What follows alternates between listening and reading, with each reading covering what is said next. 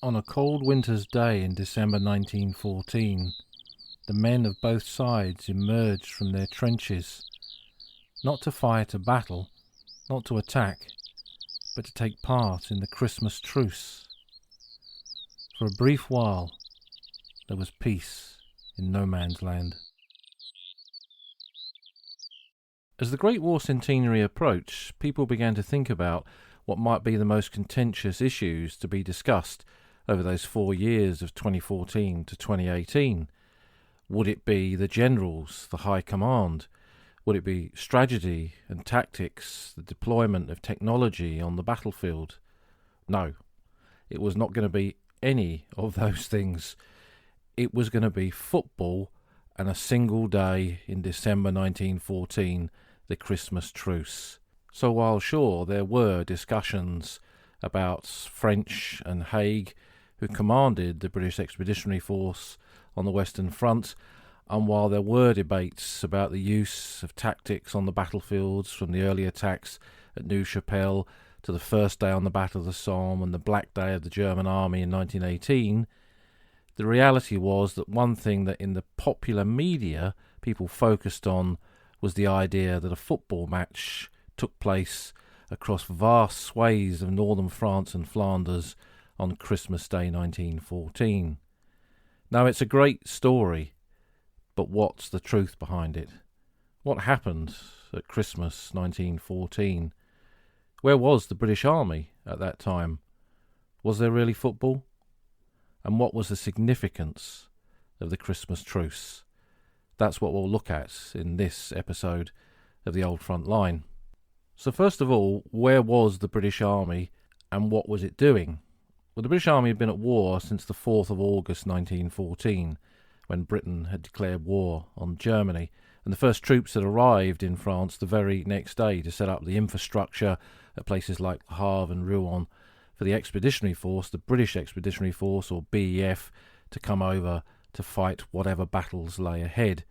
And those battles had taken it to Mons in August, on the Marne and the Aisne in September, and then in northern France from Le Basset to Armentières and up into Flanders around the Belgian city of Ypres in October and November of 1914, with the battles of Le Basset and the First Battle of Ypres.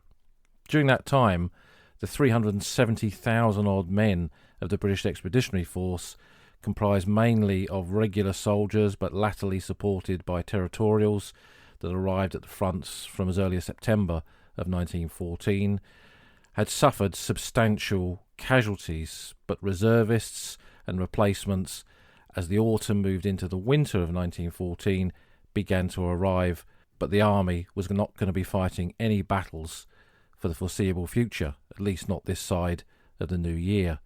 So it began to dig in, and the Germans were digging in opposite, and that's when the whole Western Front began to be created, running from the Belgian coast right down through Belgium, northern France, eastern France, and ending on the border of Switzerland. 450 miles of continuous trenches, not one trench, but a system of different trenches, effectively interconnected, running across that huge sway of Belgium and France. As this front stabilised, the British Army, the British Expeditionary Force, took over a defined section of the Western Front.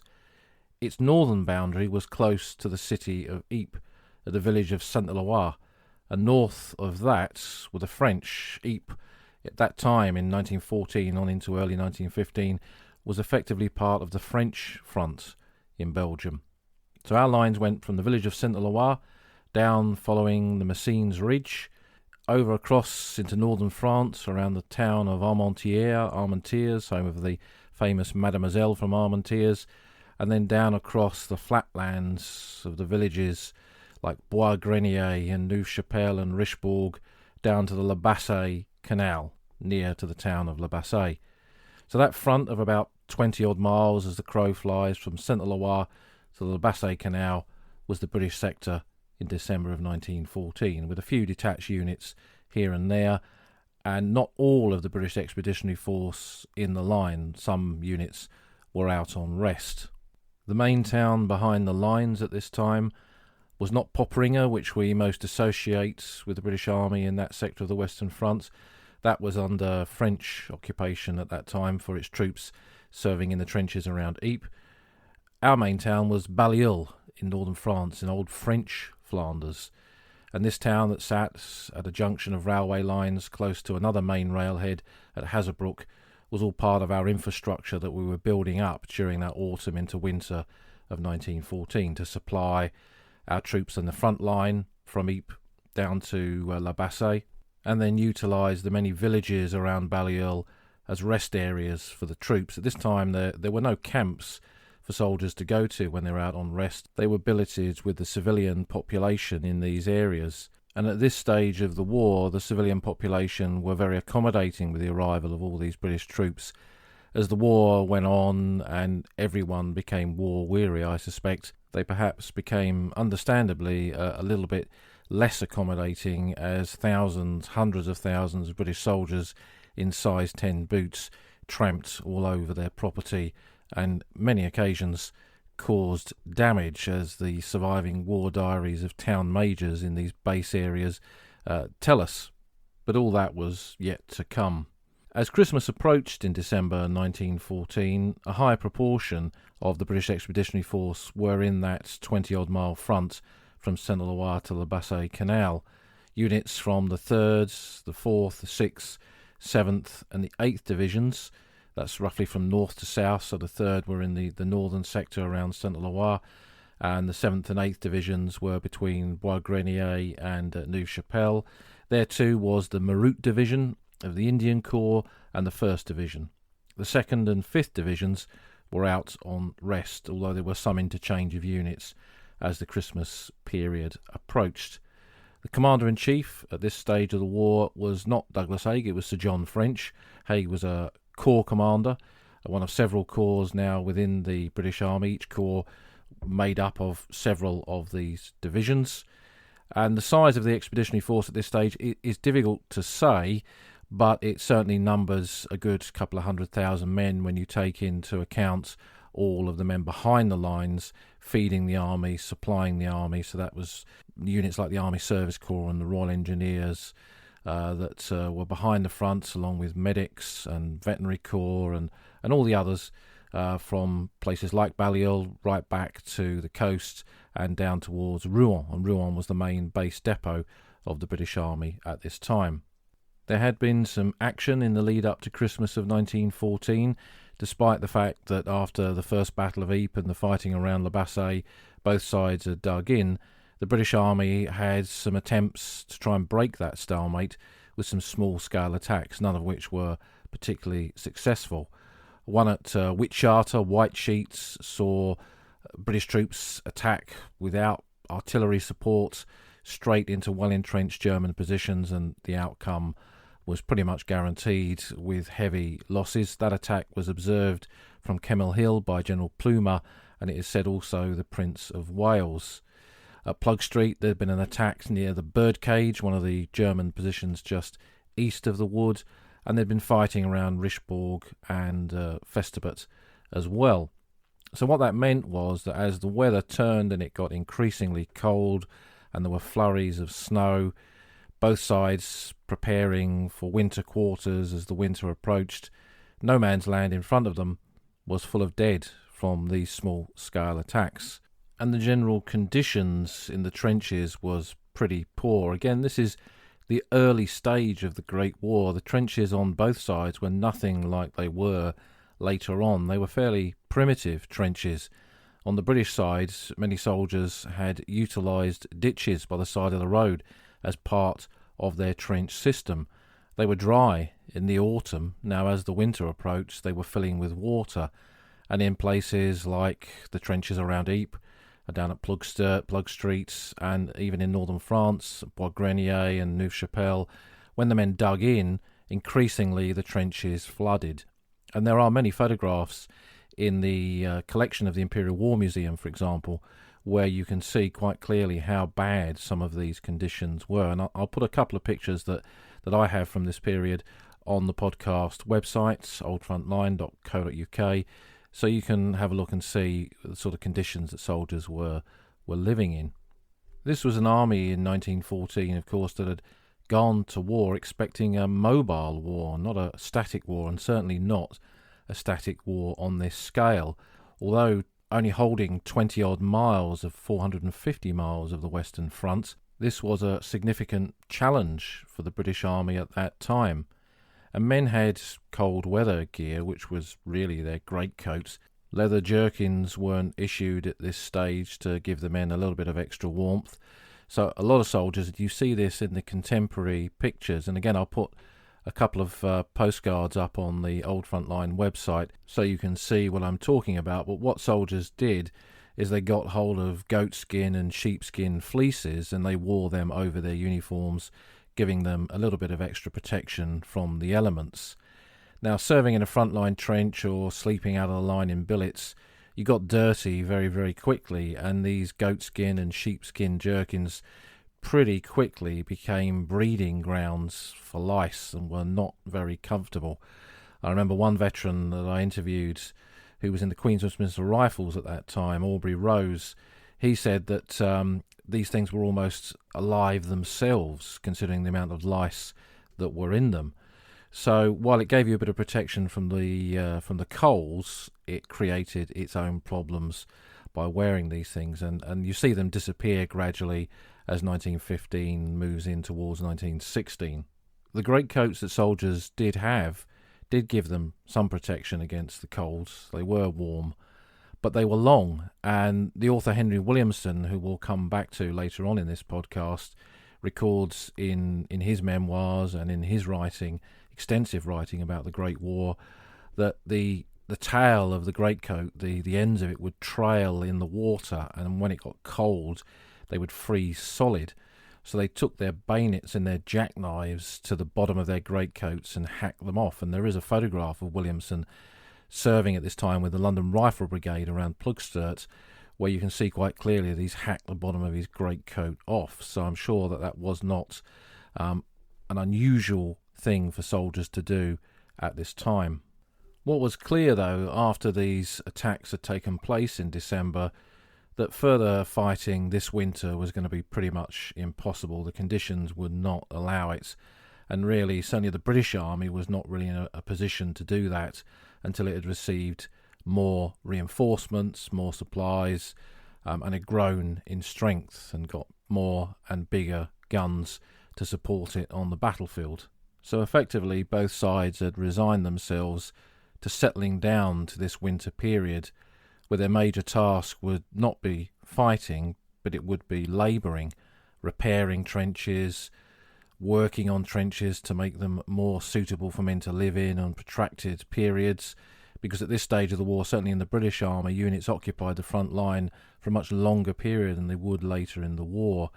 As 1914, for example, moved into 1915, the 2nd Battalion Manchester Regiment spent 85 consecutive days in the front line, simply because there were not enough men in the expeditionary force to keep rotating battalions around. So this was the reality of it. So it meant settling down, as I say, for the winter, and soldiers not fighting, not using their weapons, but using their tools, their picks, their shovels, and anything else that was required to work on the positions in which they lived. Opposite the British at this time were a large number of German army units from Bavaria and Saxony, and Bavaria, being a Catholic region of Germany, had a very strong Christian Christmas tradition, and the Saxons, most closely associated with the history of Britain, and possibly feeling a bit of a kinship to the British, and I'm sure this had a connection to the events that unfolded at Christmas 1914, they too had a strong Christmas tradition. And there were a couple of examples before Christmas Day where the Germans came out into no man's land and requested what we could describe as a truce. Largely, this was prompted by the burial of the dead. We mentioned before how there'd been attacks and there were fallen soldiers in no man's land, and even in the cold, the smell would not have been pleasant. So this prompted the Germans to suggest a period of non-activity, of ceasefire, to allow the burial of the dead. But the real instigator that led to the events on Christmas Day 1914 became apparent, really, to the men in the British trenches in the lead up to Christmas itself on Christmas Eve, when, according to the accounts, soldiers saw the Germans putting Christmas trees on their parapets and Christmas lanterns and began singing Christmas carols, many of which, of course, because of the strong connection, the strong history between Britain and Germany in the 19th century, although the words would have been in German, the tunes would have been greatly familiar to the British soldiers in the front line, Silent Night being a good example of that. And even if these stories of Christmas trees and lanterns and carols have been greatly exaggerated or even partially exaggerated in the memoirs and the accounts of men who were there, and certainly in recent media, there's no doubt that on Christmas Eve 1914, a British army consisting largely of regular soldiers and reservists or territorials, part-time soldiers, many of them from what you could describe as middle-class battalions, like the Queen's Westminster Rifles and the London Rifle Brigade, for example. These men were no doubt, being human, they were thinking of home and perhaps of Christmases before. Again, Henry Williamson called that last Christmas before 1914, the Christmas of 1913, the last Christmas of the old world. And perhaps they thought back to that and remembered those days. And for most men in the line on Christmas Eve 1914, soldiering was a job. It was their job. They were regular soldiers. And the chance of a day off, if it was offered, might well be taken. And as Christmas Eve drifted into Christmas Day, in many places the white flurry of snow had gathered on the ground, but there was the rumble of guns. This was a different Christmas. They were at war. But what would happen on Christmas Day?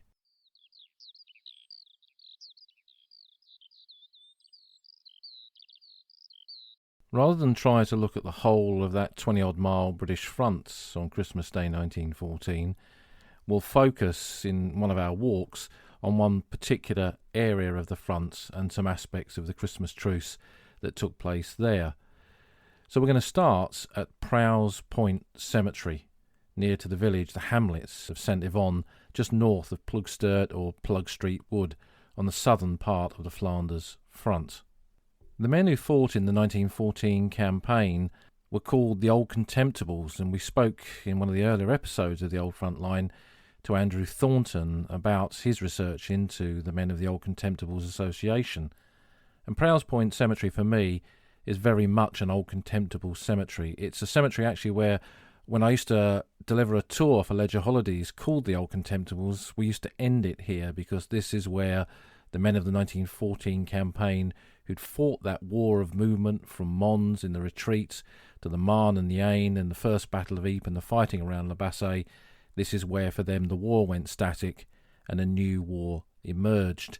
And the cemetery is full of men who had taken part in that campaign and were killed when the front went static here in October, November and December of 1914. It's named after an officer of the 1st Battalion, the Somerset Light Infantry, who are very heavily involved in the story of what happened here in 1914. And that officer, Prowse, is Charles Bertie Prowse, or Bertie Prowse as he was known. He was a major, a company commander in 1914 when the battalion, just over 1,000 strong, went to war, and with them he took part in the Battle of Le Cateau and the retreat from Mons. Prowse then took over command of the battalion on the 12th of September during the fighting on the Aisne, and he commanded them here at Plugstert, Plug Street, into that autumn and winter period of the last part of that year. His command post was very close to where the cemetery is now, and this position on the battlefield, marked on trench maps as Prowse Point, was one of a number of features on the Western Front, farms, command posts, strong points that were named after him and are illustrated on the maps of the period. In April 1915, he took command of the 11th Infantry Brigade, of which the 1st Somersets were a part, so he was promoted from battalion commander to brigade commander and given the rank of Brigadier General. And on the first day of the Battle of the Somme, his men went into the attack near the Heidenkopf, the Heathen's Head, a German defensive position near Serre on the Somme, and suffered tremendous losses. All of his battalion commanders became casualties in that action, and he went forward As a brigadier general, his job was behind the lines, but he went forward and entered the battle to try and take command himself, and was mortally wounded, dying of wounds at a casualty clearing station at Vauchelles on the Somme, and he became the most senior British officer to die on the first day of the Battle of the Somme. Again, another one of these men that disproves this idea of chateau generals. And his battalion that was here, the 1st Somersets, had gone to war, as I mentioned before, with just over 1,000 officers and men in August 1914, and by Christmas of 1914 of the same year, about 200 of them remained serving with the battalion. Now, that didn't mean that 800 had been killed. That meant that 800 officers and men had become casualties in one way or another. Wounded, prisoners of war, killed in action, missing, and men who'd gone sick. And as the autumn moved into the winter here, more and more men went sick rather than became casualties from enemy action. Now, when we come out of the cemetery via the cemetery gates, the road is directly in front of us, and there is a field also in front of us, and we're looking across those fields, and in the distance on the rising ground we can see the village of Messines and the very distinct spire of Messines Church. And Messines, the ridge, was captured by the Germans in the First Battle of Ypres, and Messines on Christmas Day that year was in German hands. It was an area where Adolf Hitler was, for example, at that time. But to our right, in the modern world, is a Christmas Truce area, as it's often referred to, which includes a football memorial and some reconstructed trenches and an original bunker that was saved from a different location. The bunker is the only original part of this. I'm not a fan of the football memorial. We're going to talk a little bit more about football later on. It's a bogus memorial in many respects, because it does not give us really the true story of Christmas Day 1914, and the trenches are constructed in completely the wrong way, in that they do not perpetuate the line as it was at that time, but they do, I suppose, give us a representation of some of those early trenches. And I guess to a degree local tourism feels that adds something to this site, whereas perhaps many of us might feel differently. But let's forget modern reconstructions and modern monuments and concentrate on what actually happened here in 1914. And if we look back to that field, and I'll put a map that Bairnsfather drew for this. Bruce Bairnsfather was an officer in the 1st Battalion, the Royal Warwickshire Regiment, and he joined them as a reinforcement after the Battle of Le Cateau. The 1st Warwicks were in a terrible state after the Battle of Le Cateau, and Bairnsfather, with several others, were those who arrived as replacements, as reinforcements to make good those losses. Bairnsfather's stint in the trenches here at Plug Street was mixed with time behind the lines at the village of Wolvergem, which we mentioned in a previous podcast when we walked that area of the Flanders battlefield. And you can have a look at that episode if you go down the track list on Spotify or Apple Podcasts.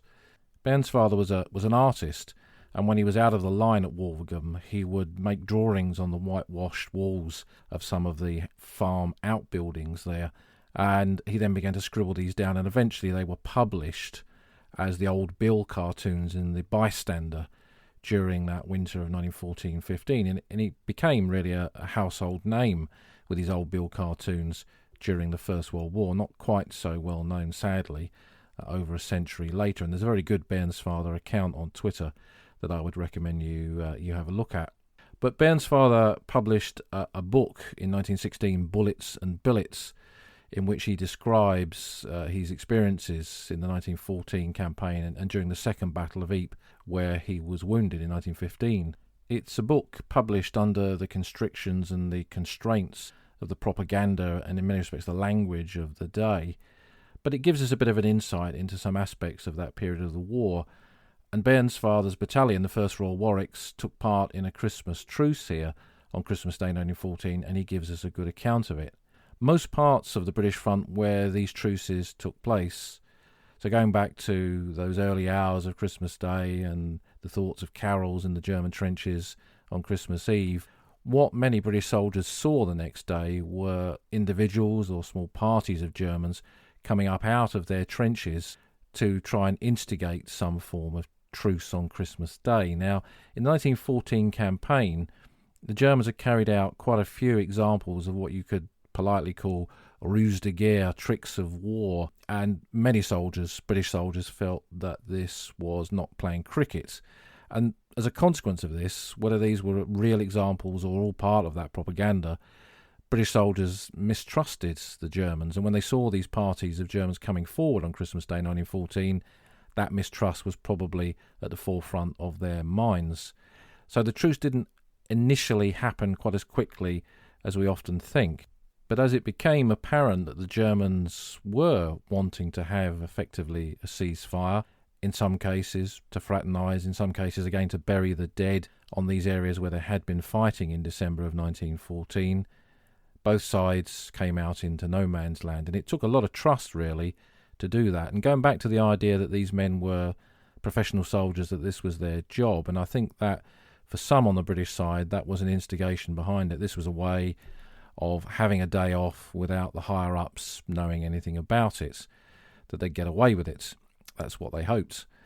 And so both sides come out into no man's land, and the fraternisation begins. And what we've got here at this point near Prowse Point Cemetery is a good example, a good account of it from Bullets and Billets by Bairnsfather.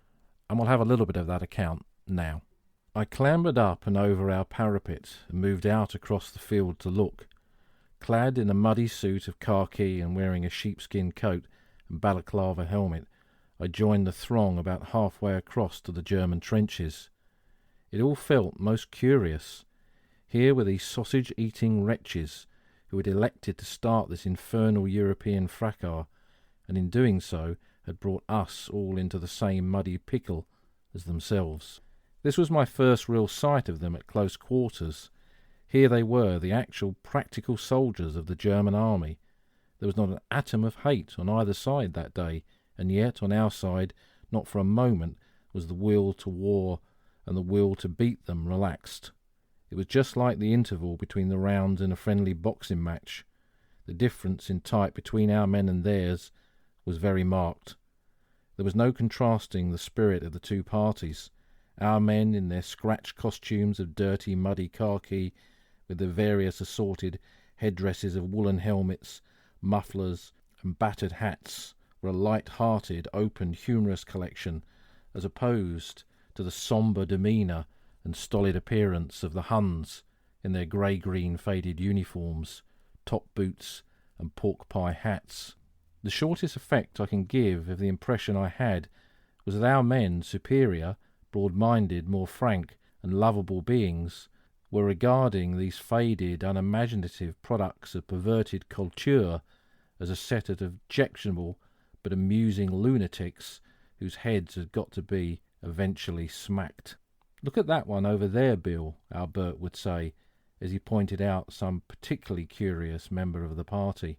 I strolled about amongst them all, and sucked in as many impressions as I could. 2 or 3 of the Boches seemed to be particularly interested in me, and after they had walked around me once or twice with sullen curiosity stamped on their faces, one came up and said, "Offizier?" I nodded my head, which means yes in most languages, and besides, I can't talk German. These devils, I could see, all wanted to be friendly, but none of them possessed the open, frank geniality of our men. However, everyone was talking and laughing and souvenir hunting. I spotted a German officer, some sort of lieutenant, I should think, and being a bit of a collector, I intimated to him that I had taken a fancy to some of his buttons. We both then said things to each other which neither understood, and agreed to do a swap. I brought out my wire clippers, and with a few deft snips, removed a couple of his buttons and put them in my pocket. I then gave him 2 of mine in exchange. Suddenly one of the Boches ran back to his trench, and presently reappeared with a large camera. I posed in a mixed group for several photographs, and have ever since wished I'd fixed up some arrangement for getting a copy. No doubt framed editions of this photograph are reposing on some Hun mantelpieces, showing clearly and unmistakingly to admiring strafers how a group of perfidious English surrendered unconditionally on Christmas Day to the brave Deutsches. Slowly the meeting began to disperse. A sort of feeling that the authorities on both sides were not very enthusiastic about this fraternising seemed to creep across the gathering. We parted, but there was a distinct and friendly understanding that Christmas Day would be left to finish in tranquillity. The last I saw of this little affair was a vision of one of my machine gunners, who was a bit of an amateur hairdresser in civil life, cutting the unnaturally long hair of a docile Boche who was patiently kneeling on the ground whilst the automatic clippers crept up the back of his neck. Now, that account of Bruce Bairnsfather is, as you can see, dressed up in the language of the day, with phrases like Bosch and the Hun, but it does give us an insight into typically what happened in no man's land on Christmas Day. There was fraternisation. Men stood there not really knowing what to say to each other. Few may well have spoken German, and some of the Germans may well have spoken English. But a lot of it was done by sign language and the exchange of souvenirs, whether that was buttons, shoulder titles, cloth insignia in the case of the Germans, cap badges, food and drink and anything else besides. And cameras were not prohibited as such at that stage of the war, and quite a lot of men in the British Expeditionary Force had brought cameras with them. So on different parts of the front on Christmas Day 1914, photographs were taken in no man's land illustrating the truce. And on the German side, cameras were far more prolific. They were far more commonplace. And no doubt there are many German illustrations, German images of the truce as well, just as Bairnsfather hints at. We'll walk down the road now away from Prowse Point Cemetery, down towards a bend in the road that takes us into the hamlet of St. Yvon, St. Yves as it's often referred to on some of the original maps of the time. And there's a little wooden cross just on the embankment on the left-hand side here that commemorates something that Taff Gillingham, who we had as a guest on the Old Front Line, did well over a quarter of a century ago now, when he came here with some men from the Khaki Chums, and they dug a trench in this field and they lived as soldiers had done in that winter of 1914. Now this cross, this wooden cross, this simple cross, was here for many years, and it gradually got almost covered at one stage in modern footballs, because this idea that football matches had taken place here was so commonplace. But there was no instance of football in this field on Christmas Day, or even a kick around. Bairnsfather, in that book, in that account, does not mention it. Later on in the 50s, he was interviewed and seemed to change his story somehow, intimating that there had been some game of football here, but there is absolutely no evidence, and in the letters and diaries of other men from this area that survive, no mention of football. We will return to the subject of football later on in the podcast. But this little bend here, it really had, and the layouts of St. Yvon, it really hasn't changed since 1914. And if you look at Bairnsfather's map that I'll put on the podcast, you can see the layout of this ground is pretty much identical to where he was. And he mentions what he looked like on Christmas Day, his trench garb, his uniform and equipment that he was wearing. And he had a photograph taken in no man's land by one of his own men, which he used in Bullets and Billets. And again, I'll put that on the podcast website as well. We'll carry on along through the village of St. Yvon. As the road bends again, there's a cottage on the corner, and there's a plaque there to Bairnsfather, because this, as I mentioned before, was one of the areas where he began his Old Bill cartoons. And Major and Mrs. Holtz, who wrote some of the best, sort of almost definitive accounts of the work that Bairnsfather did and the associated souvenirs, whether that was books or crested china that was produced in reaction to just how popular these cartoons were. They had a plaque placed here back in the 80s, 90s, commemorating Bairnsfather being in this sector. We'll walk past that and continue to the next T-junction. We're in almost a bit of a sunken lane here now, and we've crossed out into the area where the front line weaved through here on the eastern side of Plug Street Wood. We'll turn right. We'll walk down along that eastern edge of the woods to the next road junction, and we're right in the heart of the German position known as the Birdcage, which is where the Somersets had made their attack in December of 1914. And this area was a bit of the battlefield where there was quite a lot of dead lying out in no man's land. And then we'll continue round the next bend to where the road runs close to the edge of the wood to some dispersed little farm buildings, and we'll stop just before the next hamlet, the hamlet of Laguia. and that'll be our next Christmas Truce story.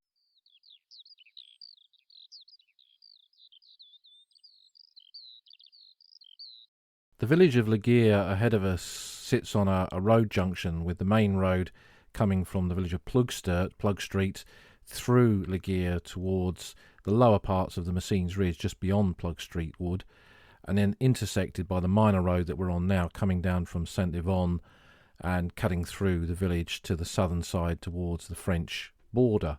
It was captured in the fighting of October 1914 when the 1st Somersets and the 2nd Battalion, the Essex Regiment, fought here and took this ground in the more mobile fighting of that period of the war. And then both sides dug in, and the British positions were standing on this road looking towards Laguier. The British positions were out in the field on the left, just beyond some of these farm buildings. Now, the unit that was here in the line on Christmas Day 1914 was the 1st 5th Battalion of the London Regiment, the London Rifle Brigade. They were a territorial battalion recruited before the war. It was very much a middle-class battalion. These were men from some of the trades and industries within the central part of London, men who lived in the commuter belts of London and commuted up into the city to do their work. There were men from some of the ordinary working class districts of London as well, but it was a battalion that before the war had made a decision that one of the conditions of joining was that you had to sign the Imperial Service obligation and therefore release yourself for overseas service in case of a future conflict. And that's why the 5th Londons became one of a number of London Regiment battalions to be sent over so quickly in the early phase of the Great War. They had not taken part in any of the fighting since their arrival on the Western Front in November of 1914, but they had been in the trenches alongside some of the regular battalions and got used to frontline service. They'd suffered casualties from snipers, from Minenwerfers, from German trench mortars and rifle grenades, and some bombardments. Most of their casualties were from sickness caused in the conditions. Being a middle-class battalion, men who lived in those commuter belts of London, it was a tough generation in 1914, but you were asking men to live in open ditches, in fields, in often sub-zero conditions, and it was very, very difficult for these men, and some men suffered as a consequence of this, and there were casualties caused by the elements rather than the enemy. There are quite a few accounts of the London Rifle Brigade Christmas Truce here, because being that middle-class battalion, men kept diaries, wrote letters home, so we've got those. There were some survivors of the 5th Londons who were later interviewed for the Great War series or for Malcolm Brown's excellent documentary in the 1980s, which is on YouTube, and I'll put a link to that on the website, Peace in No Man's Land. Some of them are interviewed on there. But one of the better known accounts of the London Rifle Brigade involvement in the truce comes from the author Henry Williamson. Williamson became a nature writer after the war and is best known for his nature books Tarka the Otter and Salar the Salmon. And Williamson was obsessed by the war, obsessed by his service in it, and wrote probably millions of words connected to that service, whether in fiction or in direct autobiographical accounts of it. In the 1930s, he was a very, very popular radio broadcaster and a great orator. But Williamson, like a lot of veterans of that time, turned to politics, and his politics took him down a dark path with involvement of the British Union of Fascists, which involved in the Second World War him being detained and arrested under security regulations in 1940. When I was an undergraduate, I did quite a lot of research for my last year dissertation on the involvement of ex-servicemen in the British Union of Fascists, and Williamson wasn't uncommon in the misheld belief that because Adolf Hitler was a veteran of the Great War, a veteran of the trenches, that his predominant view would be to never have another war again, and that's what drove people like Williamson. And he saw Mosley's connection to Hitler and the fascists as a way to avoid a future war. Williamson was wrong in that, and the dark side of Nazi Germany that few really realised in the 1930s didn't become apparent until much later on. This is not an excuse for Williamson's beliefs. They were abhorrent and they were wrong, and he paid a price for that, in that he was never really officially recognised as the writer that he was. But it's important, I think, to understand the context of this, and Williamson wasn't alone in these beliefs. But his writing and his accounts of this period are incredibly powerful and important in our understanding of the Great War. And this account, which I'm very pleased to have been given a copy of by the Williamson family some years ago, is a recording that was made of him talking about the Christmas Truce in the 1960s. On Christmas Eve, we had a job to do in no man's land, which put the wind up everybody.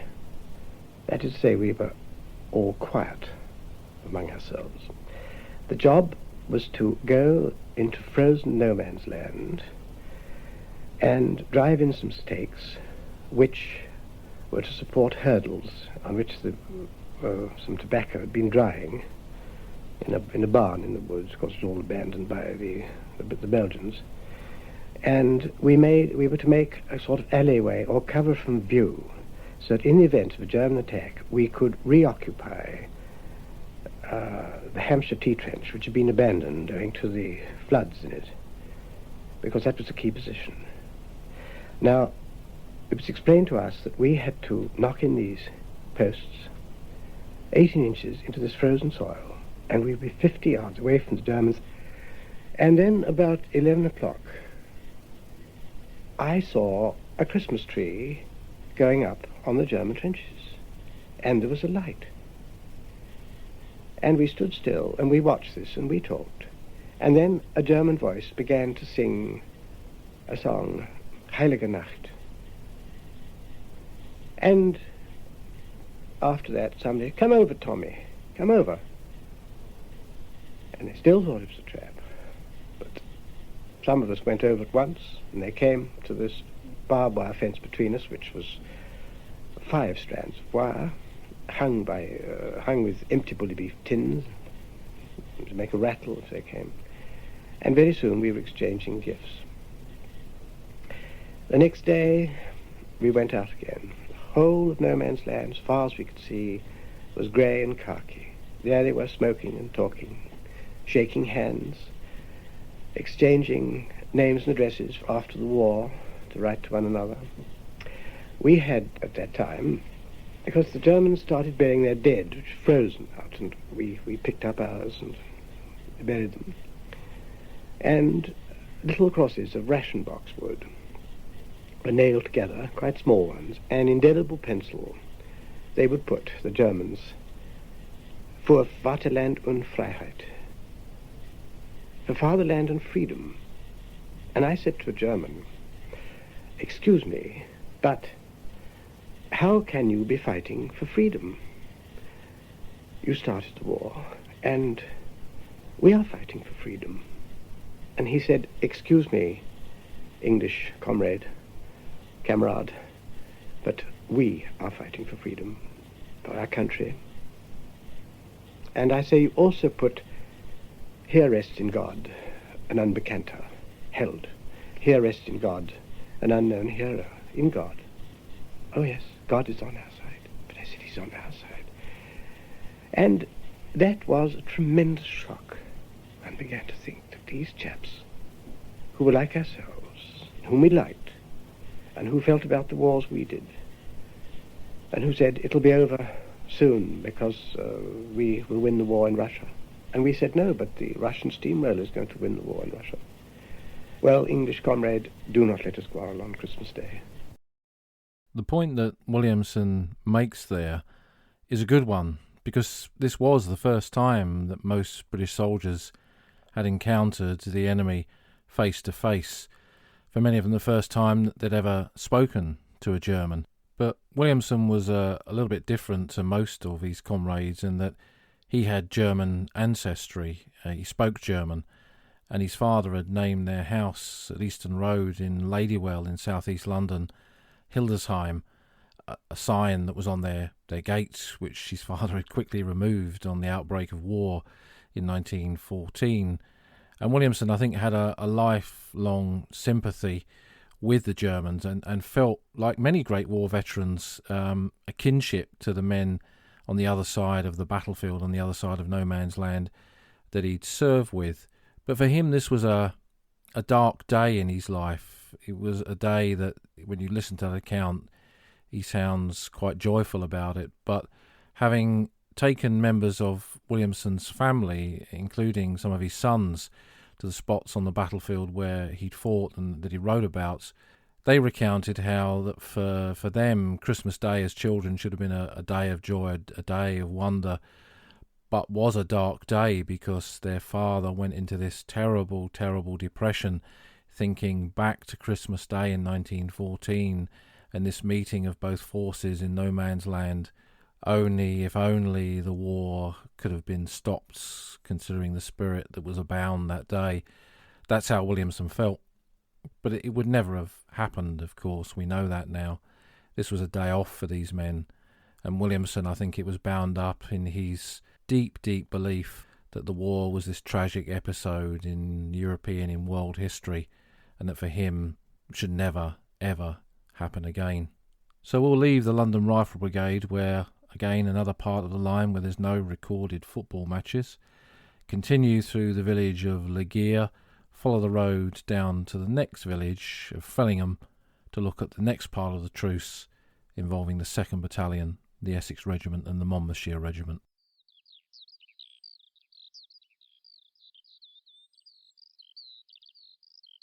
This part of the battlefield, close to the hamlet of Le Touquet and the village of Frelingheim, is on the southern part of the Ypres battlefields, close to the French border. The River Lys runs close to here, and that marks the border in this particular spot. And the truce that took place here is of particular interest to me because my great-uncle, Dan Boyles, Uncle Dan as I called him, was one who was here with the 2nd Battalion, the Essex Regiment. They had been in the line here before Christmas, and there had actually been a pre-Christmas truce here on the 10th of December 1914, when Germans had come out into no man's land, and some men from the 2nd Essex had gone out to meet them too. A couple of weeks later, by Christmas, the battalion, the 2nd Essex, were actually out of the line, and it was the 2nd Battalion of the Monmouthshire Regiment that were actually holding the front-line positions here on Christmas Day. Their war diary records, and I quote, "On Christmas Day, practically nothing took place on either side." Now, when I read that, it sounds like Baldric in Blackadder being asked to explain the presence of a dead pigeon on a plate. So was that the official view that they put in their diary so that the truth of the matter didn't emerge? Because here on Christmas Day, there was a truce between the Monmouths and the Germans on the other side of no man's land, with a large number of men from each unit participating in it. But it was a truce that had gone wrong that day because 2 men from the battalion ended up getting killed. One was killed by a stray shot while he was burying the dead, and another was killed taking woodbines to the Germans. So when we think of the truce, and it took place on a large proportion of the British line that day, it wasn't always universal, and there were a number of men who were killed. And these 2 lads from the Monmouths who died that day are buried in the nearby Calvary Essex Military Cemetery. The Monmouths were relieved that evening by the 2nd Battalion, the Essex Regiment, and my Uncle Dan was amongst the men from the battalion who took over the trenches. There is some evidence that the truce here continued despite the arrival of a new battalion, and many areas of the Christmas truce, one of the reasons they came to an end, in some cases they lasted a day or several days, in others a bit longer than that, they usually came to an end because one unit or another was relieved, either the British unit or the German unit, and the next one coming in didn't really understand what this truce was all about, or the officers who commanded that battalion, that unit, didn't want to participate in it. The 2nd Essex diary just says that the next day, Boxing Day, was a quiet day. So there's nothing in their diary about any truce, but there are some surviving letters from men in the Essex Regiment describing a Christmas period truce. So it could be that there was some fraternisation following the episodes of the Monmouths there on Christmas Day itself. What I think this shows us is the complexity, really, of the story of the Christmas Truce, in that it's often hard to verify what actually happened from some of the surviving contemporary documents. Unless we have eyewitness accounts of a truce, it can just slip from the pages of history. And that it wasn't just a case of these men coming out, shaking hands, swapping souvenirs and trying each other's food and drink, and it carrying on and on and on. It lasted for short periods, it lasted for long periods. Units came and went. Units came and went on the other side of no man's land. Not every British unit wanted to participate, and not every German unit wanted to participate. So the truce is a myriad of stories, just like the Great War is a myriad of faces and backgrounds and histories. And it's some of those aspects of the truce that we'll look at next.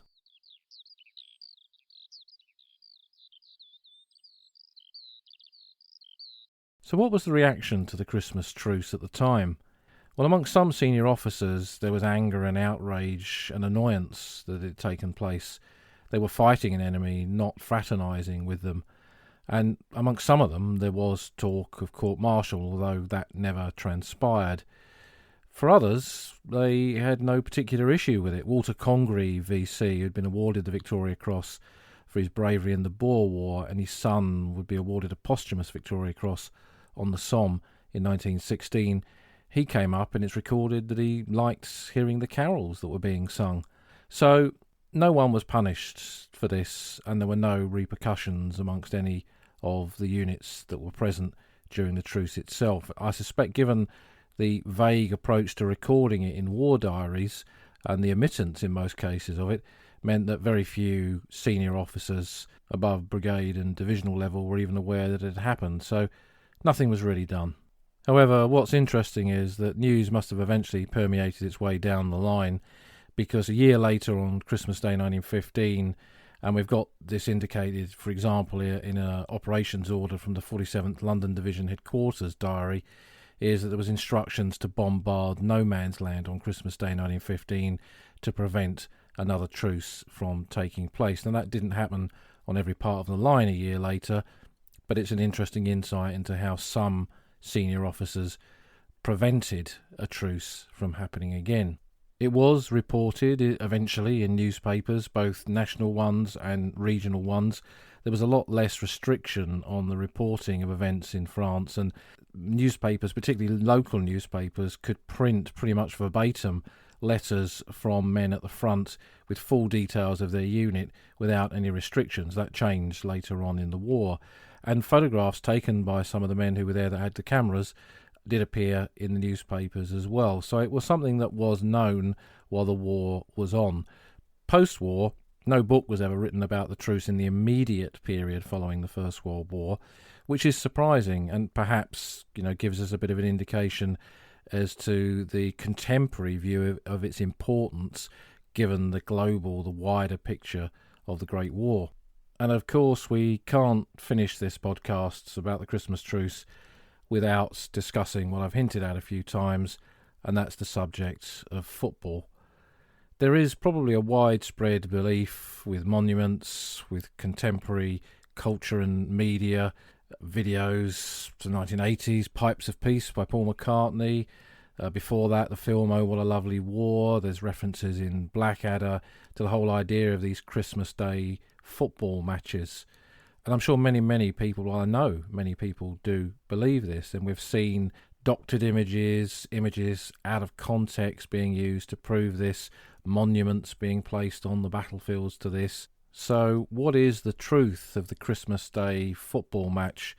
Well, I'm sorry, dear listeners, if you were expecting to hear anything different, but the reality is there was no Christmas Day football match as depicted in recent and even past media, culture, newspapers, television, whatever. I'm afraid it didn't happen quite as we might have believed that it happened. There was some examples of what you could describe as a kick around, and one of those that we know of for sure took place at Wolvergam beneath the Messines Ridge on Christmas Day 1914, involving the men of the 1st 6 Cheshires, also some men from the 1st Norfolks who were close by. This through the excellent work of Taff Gillingham, who was on the podcast a few months ago, resulted in the Sainsbury's advert that we remember from 2014.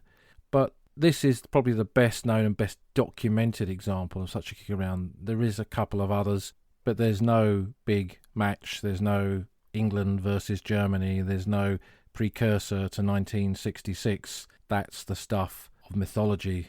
And when you think about it, think about what no man's land was at that time and the problems of having a football match under those conditions. It was a battlefield. It wasn't a flat bit of ground. It was smashed up by artillery fire, by trench mortars.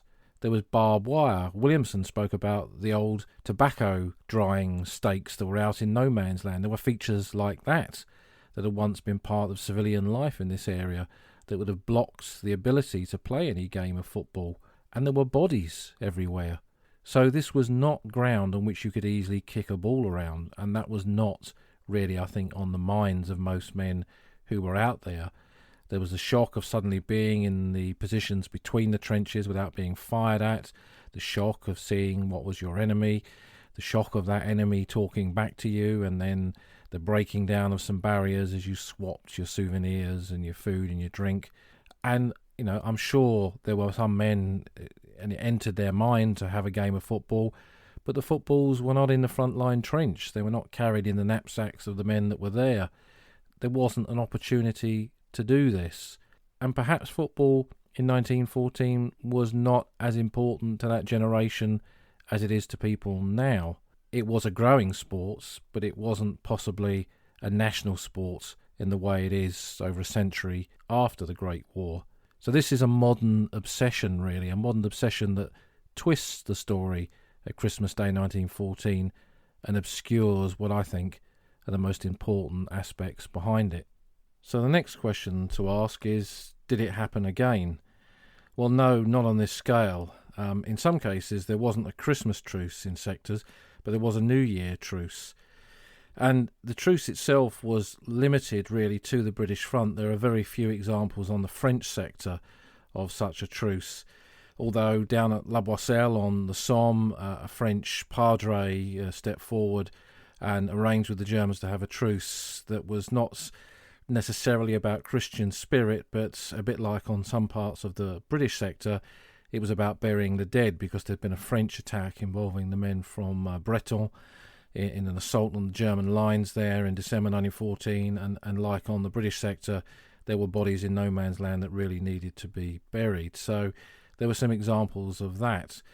But in terms of in the British sector, did it happen again? Then, as mentioned previously, in some areas there were bombardments a year later that prevented it. I've come across, when we were making a television programme about Messines in 2012, that the 16th Battalion Canadian Infantry, the Canadian Scottish, attempted a truce with the Germans at Messines on Christmas Day 1915, but that didn't really happen, and the Germans were not massively keen on it. And when you think about it, you know, a year on from Christmas 1914, the war was in its infancy then, and there was a year of terrible casualties and some pretty horrendous battles that the British Army fought on the Western Front. And when you look at attacks like Neuve Chapelle and Albers Ridge and Festubert and the Battle of Loos, a year on, I don't think anyone really had the stomach for a Christmas truce in 1915. The war had changed, the army had changed, the original pre-war regulars, the professionals, had largely gone.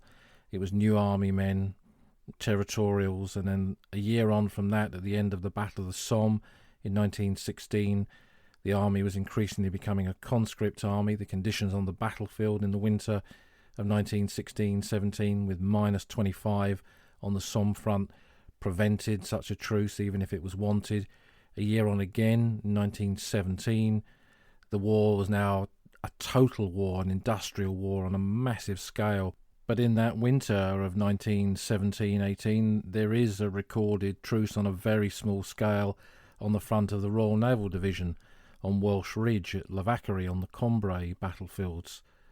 But then a year on from that, the war was over. La guerre finie, and the truce, the history of the truce, the events of that day in Christmas 1914 passed into memory. It had been unique, though, unique to that first Christmas of the war, in its scale and its involvement of men from both sides, which makes us ask, what is the importance of the Christmas truce? Well, it wasn't football, because that was such a very, very minor part of it, with the few kick-arounds that there were. Essentially, the real story of the Christmas truce is about these ordinary men from both sides instigating this ceasefire on the battlefield, stepping out into that dangerous ground between their trenches, mixing with the enemy, talking to the enemy, swapping things with the enemy, humanizing the enemy. Hard thing for soldiers to fight and successfully conclude a war. To a degree, you have to dehumanize your enemy to fight them, to kill them, and to win. But on that day, there was a bit of humanity. And like Williamson, I think, though, that event changed many men that were there. One of the veterans, and one of his accounts, says, and he uses a very strange turn of phrase for us now, but an interesting one nevertheless, that the truce involved them ignoring the dictates of imperial systems, because in some respects the truce was a revolt against all the things that they'd been conditioned to do, and certainly in the early period of the war, been conditioned to think by the propaganda. It was a moment in time, a bit of humanity, the old world fading away in some respects. Williamson, you remember, referred to the previous Christmas as the last Christmas of the old world. Perhaps this was its last embers, the last glow of those embers, as that old world faded and the new hard world of industrial killing, of warfare on a global scale, became parts of humanity's story. But it was that small piece of humanity in a long war, and something that none of them who were there would ever forget. And as the truce faded away and the men returned to their trenches and now looked out into no man's land through once more their box periscopes, they thought of that day when they'd been between the trenches in no man's land with those on the other side of the wire, and they wondered when they'd see them again. Old Fritz, old Jerry. What lay ahead for them all? What lay ahead along the old front line?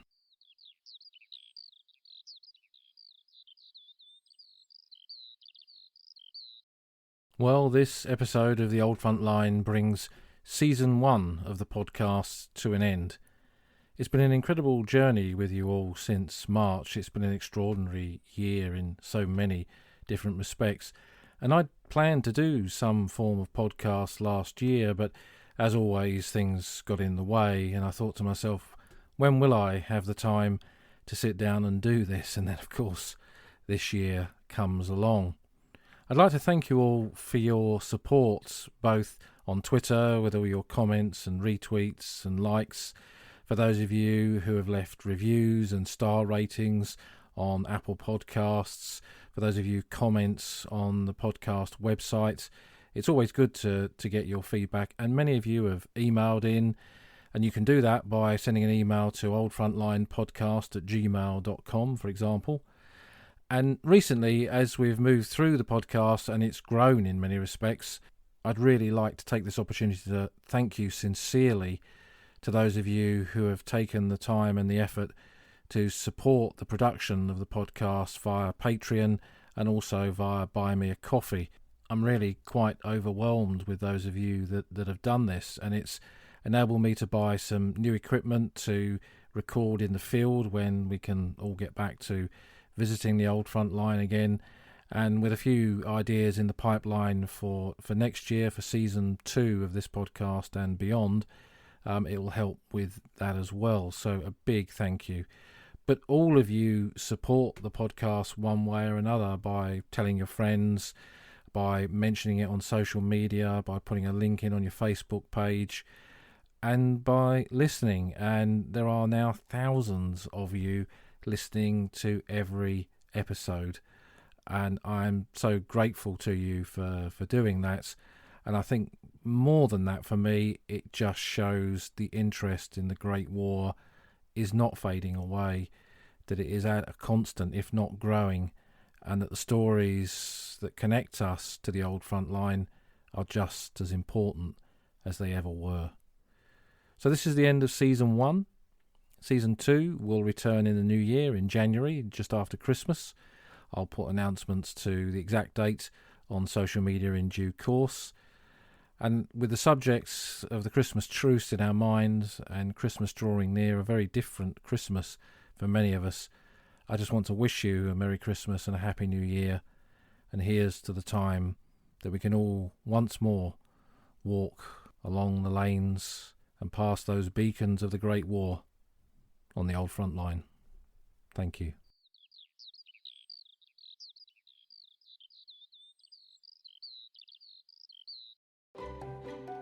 You've been listening to an episode of The Old Front Line with me, military historian Paul Reed. You can follow me on Twitter at Somcor. You can follow the podcast at Old Frontline Pod. Check out the website at oldfrontline.co.uk, where you'll find lots of podcast extras and photographs and links to books that are mentioned in the podcast. And if you feel like supporting us, you can go to our Patreon page, patreon.com/oldfrontline, or support us on Buy Me a Coffee at buymeacoffee.com/oldfrontline. Links to all of these are on our website. Thanks for listening, and we'll see you again soon.